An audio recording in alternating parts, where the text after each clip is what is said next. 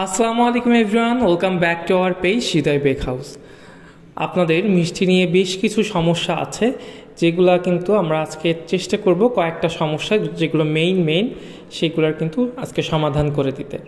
আর এগুলো আমাদের বানানো ট্র্যাডিশনাল রসগোল্লা এবং মালাই চপ। আর আমাদের মিষ্টির একটা ক্লাস আছে, যারা ক্লাস করতে চান আমাদের ইনবক্স করবেন, আমরা আপনাদের ডিটেলসটা দিয়ে দিব। মিষ্টির প্রথম যে সমস্যাটা হয়, অনেকেই বলেন ভাইয়া শিরাতে মিষ্টি দেওয়ার সাথে সাথে মিষ্টিটা ভেঙে গেছে। তো তার একটা ট্রিক্স আছে যে মিষ্টিটার খামিরটা পারফেক্ট হয়েছে কিনা কি বোঝার জন্য ফার্স্টে আপনারা শিরাতে একটা মিষ্টি দিয়ে দেখবেন, 3-4 মিনিট বয়েল করার পরে দেখবেন যদি সেই মিষ্টিটা ভেঙে না যায় তাহলে বাদবাকি প্রত্যেকটা মিষ্টি কিন্তু দিয়ে দিবেন।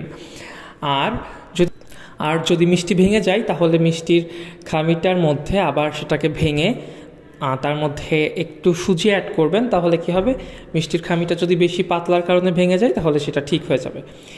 এরপর সেকেন্ড টিপস হচ্ছে মিষ্টি সবসময় হাই হিটে মিষ্টিটা কুক করবেন। অ্যাটলিস্ট প্রথম 10 মিনিট কিন্তু একদম হাই হিটে মিষ্টিটা করা লাগবে, তাহলে মিষ্টিটা কিন্তু খুব পারফেক্টলি সুন্দর মতো হবে। আর মিষ্টির শুধুমাত্র যে খামির তা না, মিষ্টির ছানা প্লাস মিষ্টির শিরাটাও কিন্তু পারফেক্ট হওয়া লাগবে।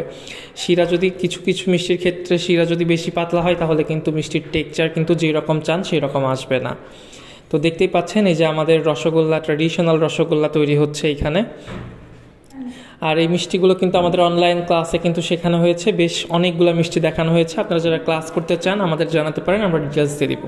এবার মিষ্টি হয়েছে কিনা বোঝার জন্য এরকম একটি গ্লাসে নর্মাল পানি নেবেন, নিয়ে একটা মিষ্টি তার মধ্যে দিয়ে দিবেন। যদি মিষ্টিটা ডুবে যায় তাহলে মানে বুঝতে পারবেন যে মিষ্টিটা হয়ে গেছে, তখন আর জাল দেওয়ার প্রয়োজন নেই। এরপর আপনারা মিষ্টিটাকে নতুন শিরাতে রেখে দেন, তারপরে একদিন পর কিংবা 5-6 ঘন্টা পর সার্ভ করতে পারেন। আশা করি আজকের টিপসগুলো আপনাদের কাজে দিবে। আল্লাহ হাফেজ।